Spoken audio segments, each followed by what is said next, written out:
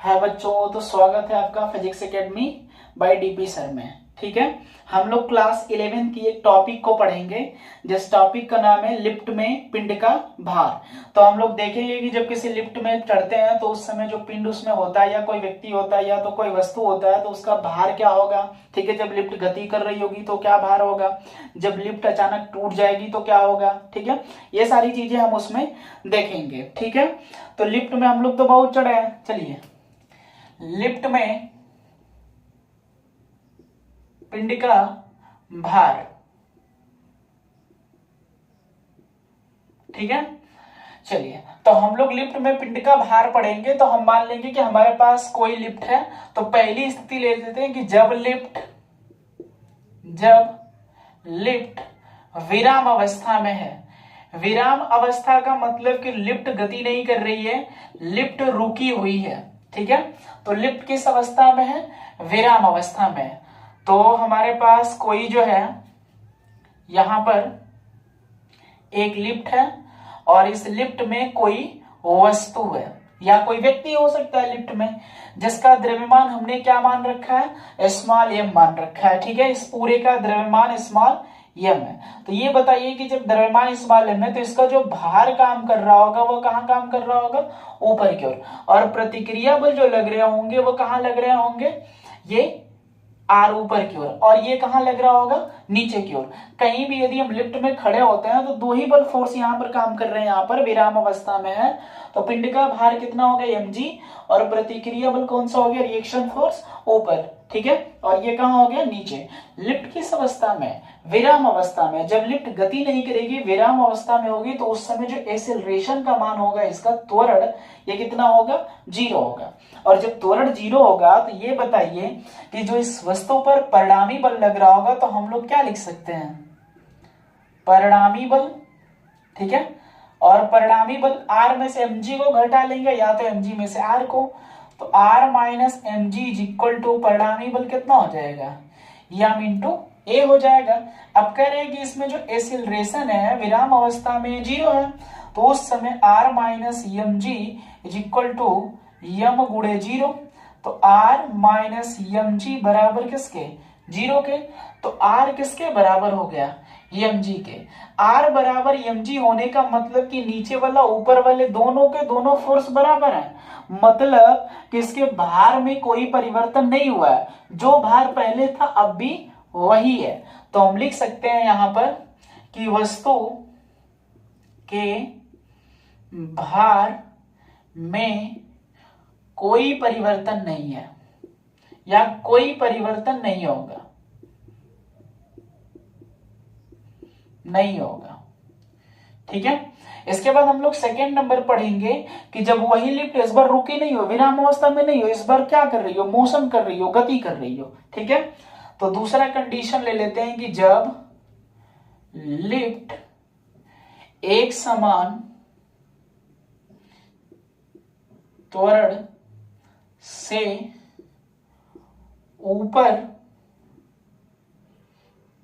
की ओर गतिमान है।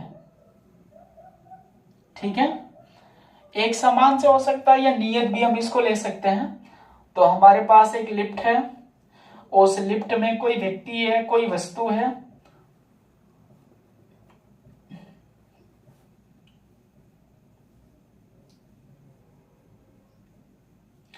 भार इसका कहां काम करेगा, नीचे की ओर। प्रतिक्रिया बल कहां लगेंगे, ऊपर की ओर। ठीक है, लिफ्ट जो है एक समान त्वरण ए से ऊपर की ओर गतिमान है, जिसमें एक्सीलरेशन कितना लग रहा होगा, ए लग रहा होगा। अब r और mg दोनों के दोनों जो है रिएक्शन फोर्स, ये ऊपर ये नीचे लग रहे होंगे, तो परिणामी बल इसके ऊपर कुछ न कुछ लग रहा होगा। तो परिणामी बल r minus M G is equal to M into कितना हो जाएगा, ए। जब भी कोई वस्तु एक समान त्वरण से गति कर रही होगी तो उसके त्वरण के मान में कोई परिवर्तन नहीं होगा, और जब त्वरण के मान में कोई परिवर्तन नहीं होगा तो उस स्थिति में एक्सेलरेशन जो होगा वो 0 होगा। ठीक है, तो r minus M G is equal to 0, तो r किसके बराबर हो जाएगा, एम जी के। मतलब कि अभी भी वस्तु के भार में कोई परिवर्तन नहीं हुआ है। तो लिख सकते हैं अतः वस्तु के भार में कोई परिवर्तन नहीं है या कोई परिवर्तन नहीं होगा,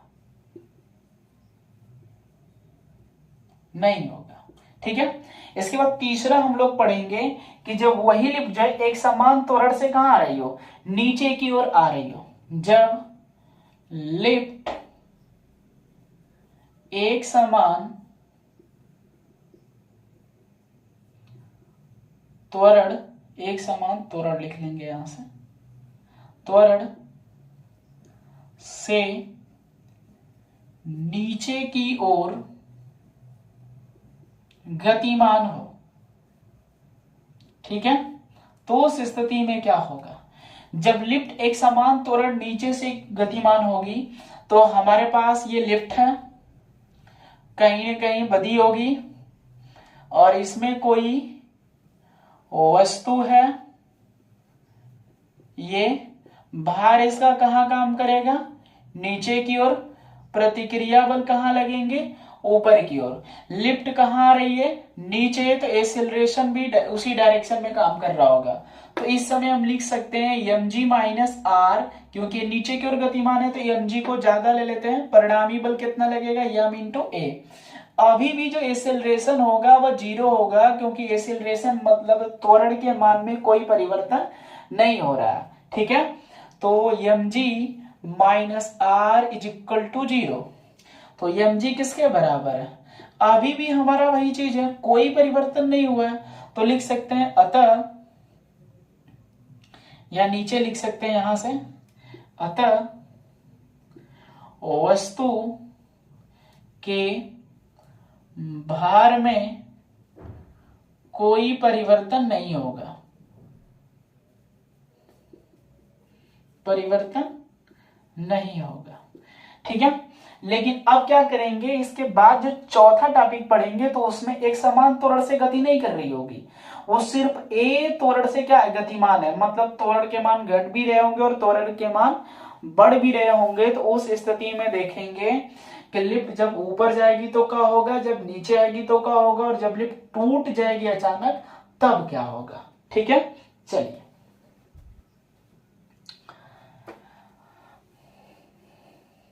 इसको कहीं ना कहीं आप स्क्रीनशॉट ले लीजिएगा वीडियो को रोककर।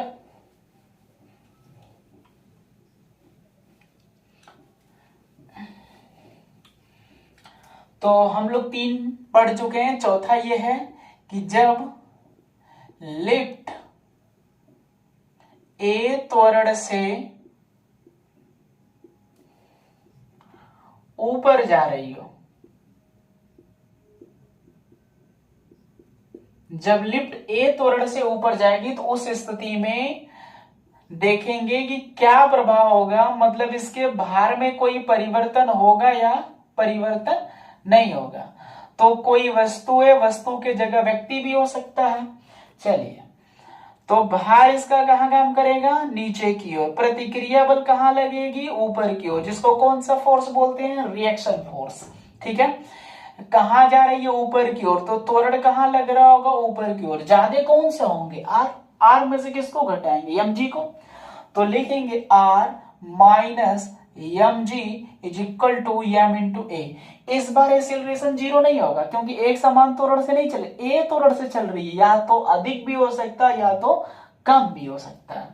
तो इस बार r बराबर ma प्लस mg, ये माइनस उधर चला जाएगा, प्लस हो जाएगा। तो r दोनों में कॉमन क्या है, m, a प्लस कितना हो जाएगा, g। तो इस बार जो r का मान है वो m a प्लस g है। मतलब कि इसमें जो है mg में कौन जोड़ा गया है, ma। तो भार बढ़ेगा कि घटेगा, बढ़ जाएगा। मतलब कि इस बार वस्तु के भार जो है पहले से बढ़े हुए प्रतीत होंगे। मतलब उसको ऐसा महसूस होगा कि हमारा भार पहले से क्या हो गया, अधिक हो गया। तो लिख सकते हैं अतः व्यक्ति के या वस्तु के भार में वृद्धि होगी। क्या होगी, वृद्धि होगी। मतलब उसको ऐसा महसूस होगा कि हमारा भार पहले से क्या हो गया, अधिक हो गया। ठीक है। अगला देखेंगे, जब वही लिफ्ट ए तोरण से कहां आ रही हो, नीचे की ओर आ रही हो,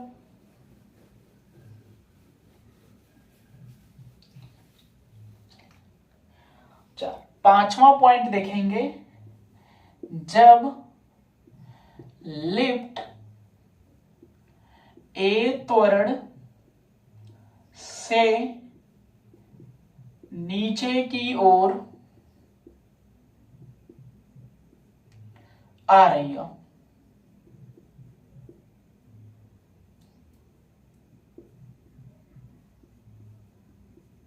जब ये नीचे की ओर आ रही होगी तो देखेंगे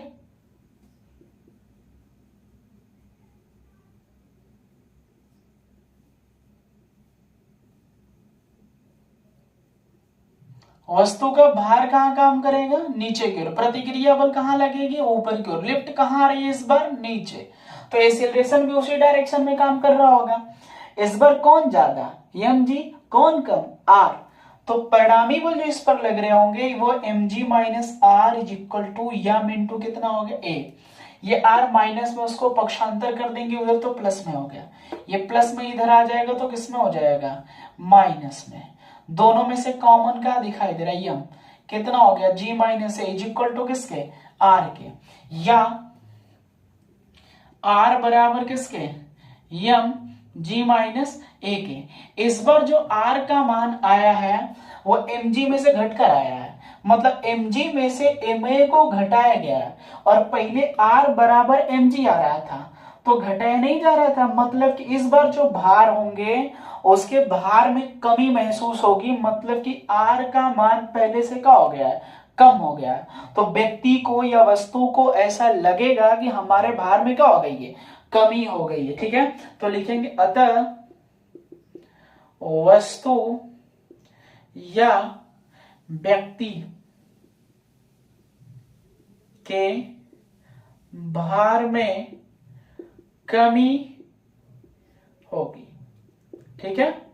चलो अब लिफ्ट ऊपर भी जा रहा है, लिफ्ट नीचे भी जा रहा है, अगर मान लो कि लिफ्ट गति करते समय अचानक टूट जाए, ठीक है, यदि लिफ्ट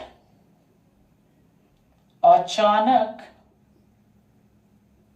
टूट जाए तो उस स्थिति में क्या होगा, जब लिफ्ट टूटेगा तो चाहे वो ऊपर जा रहा हो चाहे वो नीचे आ रहा हो, हर कंडीशन में जैसे ही लिफ्ट टूटेगा तो तुरंत कहां आएगा, नीचे, मतलब कि जो ए है वो किसके बराबर हो गया, जी के, और जब ए बराबर जी के हो गया तो आर बराबर यम जी माइनस यम ए किसके बराबर, जी के, तो आर यम जी माइनस यम जी, एक प्लस दूसरा माइनस, तो आर किसके बराबर, जी के, मतलब कि व्यक्ति का भार क्या हो गया, शून्य हो गया, अतः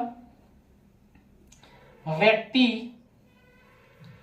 का भार शून्य होगा, ठीक है। उसको ऐसा लगेगा कि हमारा भार कितना हो गया, जीरो हो गया, तुरंत कहां चला आएगा, नीचे, कब, जब लिफ्ट अचानक टूट जाएगी तब व्यक्ति को ऐसा लगेगा कि मैं भारहीन हो चुका हूं एकदम, मतलब कि मेरा भार क्या हो गया है, जीरो हो गया।